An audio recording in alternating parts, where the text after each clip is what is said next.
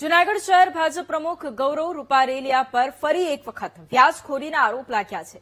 વેપારી ભાવિન કુંભાણીએ ગૌરવ રૂપારેલિયા પર ગંભીર આરોપ લગાવ્યા। 40 લાખના 1.5 કરોડથી વધુ રૂપિયા ચૂકવ્યા હોવાનો વેપારીનો દાવો છે।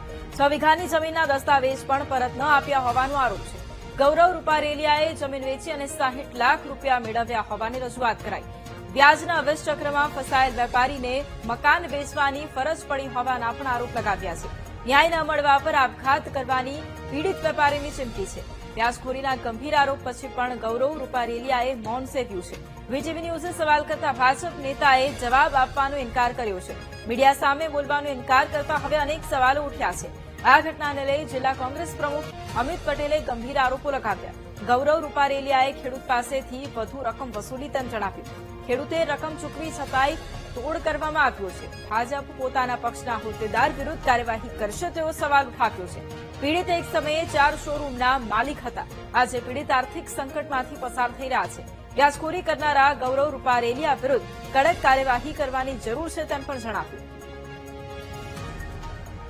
મારે વેરાવળ, મોરબી અને જૂનાગઢ જ્યારે મળ્યું ત્યારે મારે પેમેન્ટની જોગવાઈ હતી, કારણ કે મારે પ્રાઇવેટ લિમિટેડ કંપની છે, એમાં કોઈ ભાગીદાર નહોતા। હું ને મારા ફાધર બંને ડાયરેક્ટર હતા। એ દરમિયાન મારે ગૌરવભાઈ રૂપારેલિયા જોડે વાત થઈ, મને જાણ મળી કે ભાઈ વ્યાજે પૈસા આપે છે।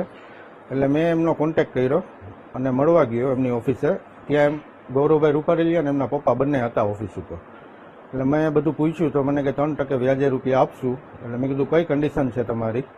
તો કે જમીન ઉપર આપશું, કાં કોઈ પ્રોપર્ટી, કોઈ મિલકત, કાં સોનું, કંઈ પણ આપો તો તમને આપશું। એટલે મેં કીધું જમીન છે મારી પાસે, તો તમને સાટાખત કરીને આપશો તમે? તો કે સાટાખત ઉપર અમે પૈસા નથી આપતા, અમે દસ્તાવેજ ઉપર આપીએ છીએ। તો મારી જમીન હતી 9 વીઘા, એમાંથી 6 વીઘાનો અમે દસ્તાવેજ એમને કરી આપ્યો। 40 લાખ રૂપિયા મેં એમની પાસેથી વ્યાજે લીધા 3%। મહિને એને હું 3%નું વ્યાજ એમના પિન્ટુ કરીને છોકરો આવતો, એનો પહેલી તારીખે કદાચ મારાથી ન પહોંચાણું, બહાર ગયો કે કોઈ પણ રીઝન હોય તો પિન્ટુ મારા ઘરેથી આવીને પણ પૈસા લઈ જતો। એવું મેં લગભગ વર્ષ, 1.5 વર્ષ સુધી એમને વ્યાજ ભર્યું। 40 લાખના મેં વ્યાજે 40 લાખ ઉપર ચૂકવી દીધું ને પ્લસ મારી જમીન વેચી નાખી એમને, કે શું કર્યું મને નથી ખબર, પણ એમાંથી ને મને પૈસા પાછા 60 લાખ વાળી લીધા।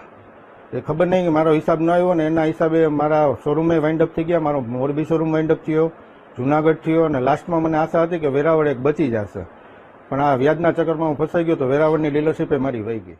એક ખેડૂતના દીકરા ભાવિનભાઈ કુંભાણી કરી અને એમની ઉપર એમણે જે વ્યાજે પૈસા લઈ અને 3 થી 4 ગણી રકમ ચૂકવી દેવા છતાં ભારતીય જનતા પાર્ટીના શહેર પ્રમુખ એમણે આવડો મોટો તોડ કર્યો હોય, એક ખેડૂતના દીકરાને બરબાદ કર્યો હોય, ત્યારે હું ગૃહમંત્રીને કહેવા માંગુ છું કે તમે જ કહેતા હતા કે વ્યાજખોરીના કોઈ પણ ચમરબંધીને છોડવામાં નહીં આવે, દારૂના માફિયાઓને નહીં છોડવામાં આવે, તો આ ચમરબંધી તો તમારો પ્રદેશ, તમારો હોદ્દેદાર છે, તમારા શહેરના અધ્યક્ષ છે।